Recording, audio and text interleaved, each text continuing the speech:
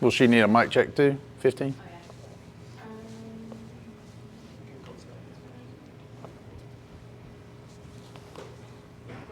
Sure? Okay. Everyone ready? Okay. Well, good morning, everyone. Thank you again for coming. Today is the day just to, as I've spoken previously, to give you an update on our internal affairs investigation as that has been continuing, that I requested once discovering the news, the information of the recordings previously in this case.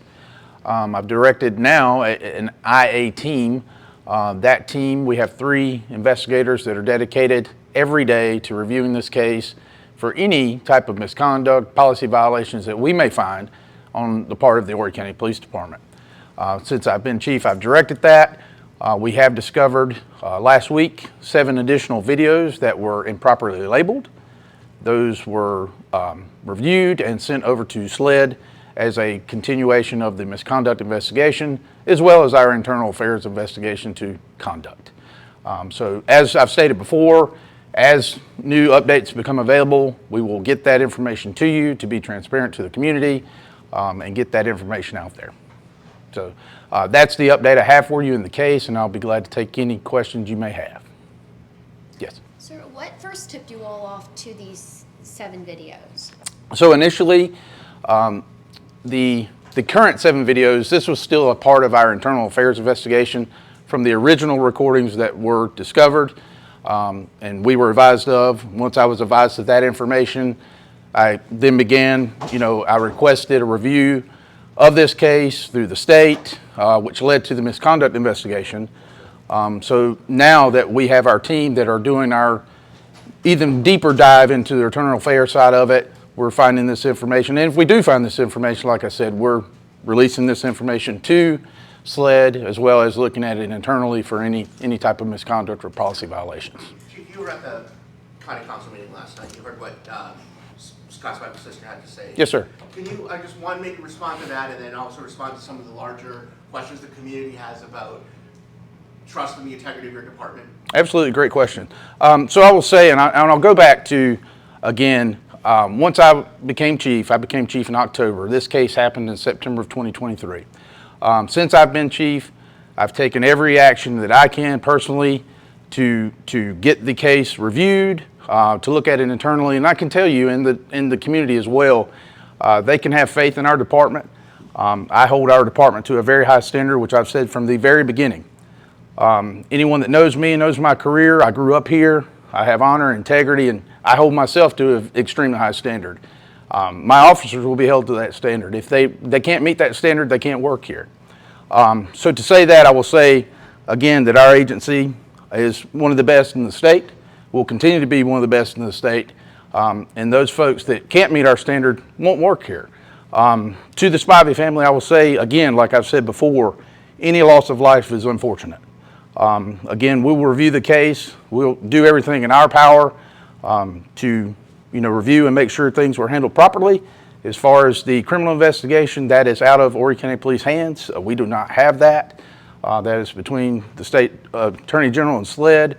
We are strictly looking at the internal affairs issue of it, as far as any type of policy violations or conduct that may be in violation. Might the body cam footage from the officers and the videos you said today at some point be made public, or can you describe maybe what was on them? Oh, I can tell you now the 7 videos that we identified are all dashcam videos. Those have been, again, turned over to SLED as part of their misconduct investigation. So I can't speak to the content of those. While it is under a current investigation, I don't want to discredit their investigation by any means. We're here to support them and work with them as well. So if we find that information, we'll give it to them, and we'll continue to review, and any additional information we may find will be turned over to them. Have any officers been disciplined as a result of these videos and how they were labeled? So an internal affairs investigation is ongoing. And yes, to answer your question, there has been some disciplinary actions issued on some videos. We're still working through videos. So in some of that, we can only do certain parts of the internal affairs investigation until SLED finishes their misconduct. So it is an ongoing process. Was this case mishandled? I can't say that the case is mishandled. What I will tell you this is the information that I've discovered since being the chief, we're looking at, as far as policy violations, misconduct, as far as any type of issues there. As far as the case, I would have to refer you to SLED and the Attorney General's office. Were the officers' body cams running the whole time when they responded to the scene? Because there was talk about an hour missing from the body cam footage. Can you talk Great about question. Absolutely. So with our policy on body cams, so a patrol officer has a body cam, and when they respond to a scene, they are directed to keep that body cam running until the scene is declared safe and it turns into an investigative matter. What that means is, and these are policies that are approved by our state accreditation board as well as our criminal justice academy. What that means is a regular patrol officer, if they get there, they're making sure victims, suspects, witnesses are all separated, okay. Once that scene is what we consider safe, the supervisor can at that time say we're going into investigative mode. What that normally means is you're holding the perimeter, you're directing traffic until investigations gets there and they're safe and secure in their scene. Was that investigating officer Brandon Strickland? Did Brandon Strickland give the order to turn off the body cams at that time? No, from what I'm aware, Brandon Strickland had no action in this case as far as on scene. Can you talk about, one thing that came up last night and prior to that was that Mr. Spence's body was in his vehicle and then driven to the impound lot where maybe the body was kept for a period of time. Is that sort of standard protocol in a situation like this? I can tell you at the police department we have done that before. It's not a very common practice, but it is a practice we have used to collect evidence, preserve evidence, depending on many factors in the cases. All cases are somewhat different, but we have done that procedure before, yes. On that night, it was said that that was done because of inclement weather, but the weather, there was like a 12% chance of up to 4.4 inches of rain that evening and no storm on the forecast. And so, was that the reason that was done in this particular case of Mr. Spivey because of inclement weather? Because there didn't seem to be any weather on the forecast that evening. So as far as the actual investigation, again, I was not the chief of police. I was not involved in the investigation. All I can do is tell you what I know as far as what you all know.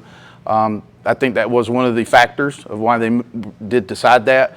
Also, if you'll look at Camp Swamp Road, that's a 2-lane road that connects basically North and South Carolina. So it would either have to have been done there on the scene or brought back to a more secure location. So there are many factors in considering whether you move that type of information. So I have a two-part question. Sure. So, it's been long said for 2 years that this body cam, or not, excuse me, dash cam video has been missing. So how all of a sudden these 7 videos pop up? And then my second question is, why? Why were your officers, you said there was disciplinary action and you've already had 2 officers that are no longer with the department because of their involvement, or alleged involvement in this case. Why would they risk their careers for these shooters? Why were they involved? So let me clarify. So when I'm saying dash cam videos, it's not any dash cam videos from the victim vehicle, suspect vehicle, or anything like that. It's the police department vehicles. Okay. Correct. So, and the only reason those were not located is because they were mislabeled, which has led to disciplinary actions, which I said from the beginning. Again, we're going to hold our folks to a higher standard. If they do not follow policies and procedures, it will be addressed. To answer your question on why someone would choose to do any action, that's a personal choice. I don't know that. I can tell you those will not be tolerated under my command at this police department. And I think we've shown that in a short amount of time. We've reviewed this case. Several folks are no longer employed here. Some folks are facing disciplinary, and they could be future disciplinary, depending on what our team is finding. This is an ongoing internal affairs investigation, so we're not done yet by any means. So we will continue to look at that, and anything that we find, like I stated before, whether it be policy violation, we will review it to the fullest. If we review something that could turn criminal, obviously we are working with SLED. So we will be fully transparent with them as much as we can be with you all. And that's the purpose of this update today. I said from the beginning, I would update the community, you folks, whenever I could, and I plan to continue to do that as well. I understand you can't name names because the internal investigation is ongoing, but can you maybe say the number of officers that have been disciplined? And the other question is, You've been with the department a long time. I know you've not been chief for a very long time. Yes, sir. How common is it in your experience for this department to launch an IA investigation? Oh, we have multiple internal affairs investigations. So every citizen complaint that we have, we take it. We don't look at a citizen and say, we're not going to take your complaint. That's not what we're here for. We're going to look at those complaints and see if there's any validity to them. If there are, we will hold our folks accountable.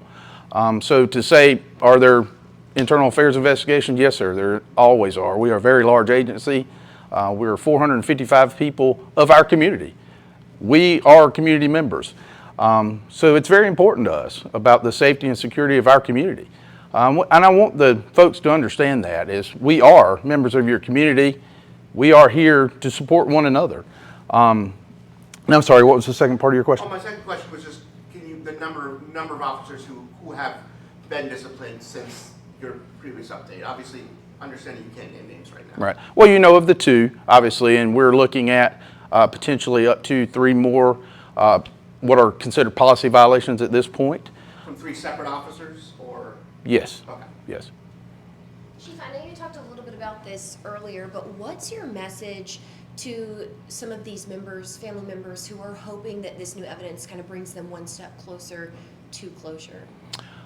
You know, again, for the case, I can't speak to the criminal case as far as, you know, what direction that goes. I have no control over what, you know, the state offices do as far as opening the case, reviewing the case. I can't control that.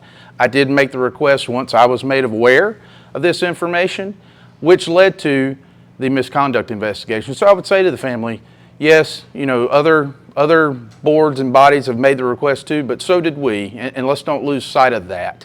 Is the Horry County Police Department did, once identified, make that request to have this case reviewed, which has led us now to the misconduct. You know, as a chief of this department, again, I hold us to a higher standard, and I'm requesting that assistance, and I'm going to continue to request that assistance. That's the proper thing to do whenever we see things that we have seen with this case. So I'll continue to, again, to work with those entities and, you know, hold our folks accountable. Would you like to see a criminal investigation take place into the shooting? And do you think there's evidence for it? I can't really speculate on the criminal side of the case. Again, that's out of Horry County Police Department hands. You know, as far as that's concerned, we've made that request, and it's up to those bodies on what happens there. I can tell you, again, going back to the family, any loss of life is extremely unfortunate and something, you know, we want to prevent. That's our job, is to keep our community safe and secure. You know, I can't speak to, you know, as far as the criminal investigation, but I can speak to, again, what we're doing internally, and we're holding our people to that higher standard. Just a point of clarification, have any other officers resigned, been terminated, or left as a result of this beyond the 2 that we know about? No. And was one of the videos that you mentioned, and I don't know if you can answer this, but it was one of the videos, the interview with Brandon Strickland that was done by Detective Alan Jones? No, that was previously already submitted. Yeah. So there's still no video from Weldon Boyd's computer, or I guess his laptop that was in his vehicle, as far as we know? None that I'm aware of, no ma'am. Any more questions? There's been talk about, you know, editing of some of the recordings. Does anyone know how those recordings were edited? Were they edited, you know, prior to being uploaded, or were they? Because there are recordings that are obviously missing. So, Can you specify which recordings you're? I think of the 9, I think there were maybe, I can't remember if it's 8, but there are a number of them where that were edited. There are parts that were redacted. Mm-hmm. Do you know? Did your officers do the redactions? Or No, sir. Okay. No, sir. The redactions were not done here. We do not do redactions on any type of video evidence or anything of that nature. As far as I'm aware, that was part of the original criminal investigation that was turned over to SLED, as far as the recordings. One other question. Jennifer said last night that she's been rebuffed by certain officers of your agency and trying to get information about details of the case, or, you know, have you been in communication with your family? Not you, or if you, not you personally necessarily, but one of your officers. Are they in communication with the family? Or? Not that I'm aware. I've never spoken to the family. Again, I was never involved in the criminal investigation. I took chief of this agency in October. Information was brought to me in March, and I think you all have seen the actions I've taken since then. But as far as speaking to the family, not that I'm Is that aware something of. that you would entertain, or? I'll talk to any citizen that has concerns, absolutely. So Chief, I have a question. I know that currently you're trying to, as you said, investigate and do what you can as far as internally involving this case. But there has been questions that even though I know it was under a prior administration, you were deputy chief at the time. Mhm. So how does that work as far as the knowledge of maybe not knowing? I mean, because there's the question about how did the chief not know, how did the deputy chief not know that there were these things were happening and the investigation is misconduct? So a great question. I was a deputy chief over what at the time was called the Operations Bureau. That was over our special teams like our SWAT team, bomb team, dog team, narcotics section. So again, the Criminal Investigations Bureau, which was handling the majority of this case, was under a different deputy chief. Though we all share a same suite, this is a very large agency. If it was not in my lane of information or things that I was over, I had no interaction in it. So I would say that to answer your question is I had totally different responsibilities. I wasn't involved in the case. We good? All right. Thank you all. I've got a question. Yes, sir. How many and what kinds of videos and audios are y'all reviewing? Everything we have. Like I said, the 7, What do you have? anything from that night. I mean, there's multiple. There's over, I don't know the exact number off the top of my head, but there's multiple files from that night, different officers responding. Like the 7 we found were ones that, You found 7? yes, sir. The 7 we found, dash cams that we found, were improperly labeled, so we didn't know they existed until our internal affairs folks found these in last week. Those 7 dash cams have been identified and related to the case now, and as well given to SLED. You said dash cams? Dash cams, yes, sir, from inside the patrol car. Okay. Yes, sir. All right, thank you all very much. I appreciate your time. Thank you. Sir?